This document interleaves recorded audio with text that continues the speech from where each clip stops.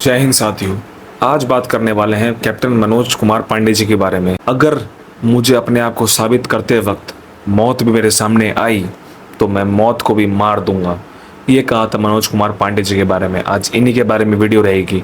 ये पहली वीडियो है पावरफिलिक पीपल के लिए, जिन्होंने मेरे लिए एक पावरफिलिक माइंडसेट और आपके लिए एक पावरफिलिक माइंडसेट क्रिएट किया है, जहाँ पे इन्होंने अपना जो इंस्पिरेशन है वो हम सबको दिया है। तो मनोज कुमार पांडे जी का जन्म 25 जून 1975 को रूदा village Sitapur district of Uttar Pradesh में हुआ था। ये एक बिजनेसमैन गोपीचंद पांडे एंड मोहिनी पांडे के घर में जन्म लिए थे। He was the eldest son, सबसे बड़े बेटे थे वो मनोज कुमार पांडे जी। इनकी जो शुरुआती शिक्षा थी वो लखनऊ के ही सैनिक स्कूल रानी लक्ष्मीबाई मेमोरियल स्कूल में हुई थी।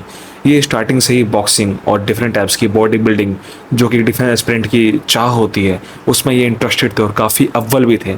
साथ ही साथ 1990 के इन्होंने एनसीसी डायरेक्ट उत्तर प्रदेश के बेस्ट कैडेट से इनको नवाजा गया था। तो स्टार्टिंग करियर इनका बहुत ही शानदार रहा था और डिफेंस के प्रति ये बहुत ही लगाव रखते थे। स्टार्टिंग से ही डिफेंस के बारे में प्यार। इनकी माता हमेशा इनको डिफेंस के लोगों के बारे में कहानी सुनाती थी, चाहे जो भी वीर योद्धा, जैसे मैं आपको वीर योद्धा कैप्टन मनोज कुमार पांडे जी के बारे में सुना रहा हूँ, वैसे इनकी माँ भी सुनाती थी कहानियाँ, जिनसे ये प्रेरित हुए और इन्होंने डिफेंस में जाने का सोचा। और इनकी मेहनत और इनकी माँ की मदद की वजह से ये नेशनल डिफेंस एकेडमी एनडीए, जो कि खड़कवासला में है, ये इन्होंने एग्जाम क्लियर करा और फिर एसएसबी इंटरव्यू देने गए। इंटरव्यू में जो क्वेश्चंस होता है, पर्सनल इंटरव्यू में क्वेश्चन इनसे पूछा गया, जो आपसे पूछा जा सकता है कि why do you want to join Indian army. तो कई लोग बोलते हैं हमें देश सेवा करनी है, हमें अलग अलग तरीके की बातें बताते हैं कि हमें देश प्रेम है या हमें डिफेंस की वर्दी पसंद है, जो भी कारण है। इनका सिर्फ एक जवाब था, मुझे परमवीर चक्र जीतना है।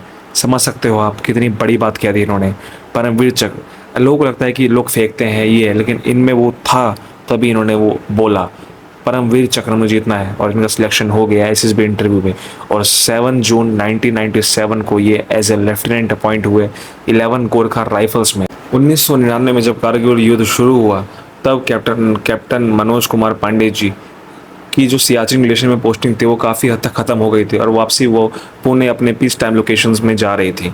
लेकिन उन्हें खुद से ही चाहते तो इनको आराम से छुट्टी मिल सकती थी, क्योंकि ये अपना सियाचिन ग्लेशियर में 1.5 ईयर का टेन्योर पूरा कर चुके थे। बट सिचुएशन के डिमांडिंग सिचुएशन को देखते हुए इन्होंने अपनी छुट्टी कैंसिल करवाई और साथ ही साथ कारगिल में ही इन्होंने रह के मिलिट्री ऑपरेशन का साथ रहने का वादा किया। साथ ही साथ कर्नल ललित राय जी, जो कि डिफेंस में कर्नल थे, जो कि लीड कर रहे थे, जिसके अंडर ही थे हमारे कैप्टन मनोज कुमार पांडे जी, उनको जिम्मा दिया गया खालूबर टॉप को पे कब्जा करने का, जो कि दुश्मन वहाँ पे बंकर बना के रह रहे थे। और कैप्टन मनोज कुमार पांडे जी बिना डरे उन 4 बंकरों को उन्होंने तबाह किया और साथ ही साथ हैंड टू हैंड कॉम्बैक्ट में, यानी जो हाथों की हाथ लड़ाई होती है, जो हाथापाई से बोलते हो आप, उसमें भी इन्होंने 4 पाकिस्तानी आतंकवादियों को मारा और साथ ही साथ उनके 4 बंकर तबाह कर दिए गए।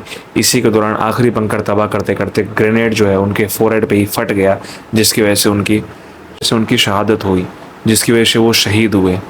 तो कैप्टन मनोज कुमार पांडे जी इतने यंग ऑफिसर होने के बावजूद ही take the decision upon him, उन्होंने समझा सिचुएशन को, खालूबर टॉप पे अपना जो हिंदुस्तान का झंडा था वो लहरा दिया और वापसी फतेह हासिल कर ली उस खालूबर टॉप पे। कारगिल के हीरो भी कहा जाता है इनको। जब कारगिल युद्ध समाप्त हुआ तो 26 जनवरी 2000 को जब रिपब्लिक डे मनाया गया, तो इनको हमारे कैप्टन मनोज कुमार पांडे जी को परमवीर चक्र से नवाजा गया, क्योंकि इनकी बहादुरी और जो इन्होंने हिम्मत दिखाई और साथ ही साथ दुश्मन के 4 बंकर तबाह कर दिए, इसका जो हिम्मत का परिचय दिया है, उसको देखते हुए भारत सरकार ने इन्हें परमवीर चक्र दिया।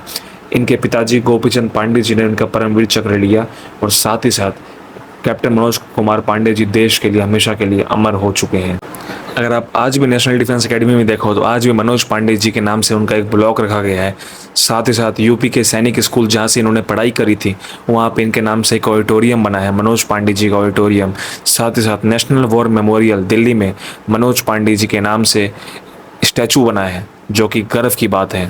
एसएसबी इंटरव्यू इलाहाबाद सेक्शन में अगर आप देखो तो वहाँ पे मनोज पांडे जी के नाम से हॉल बनाया गया है, ब्लॉक बनाया गया है, जहाँ पे कारगिल में ये शहीद हुए, वहीं पे इनके नाम से एक स्टेडियम भी बनाया गया है। एक मूवी आई थी अजय देवगन जी की, एलओसी कारगिल, वहाँ पे अजय देवगन जी ने मनोज पांडे साहब का ही रोल निभाया था, तो वो मूवी आपको ज़रूर देखनी चाहिए।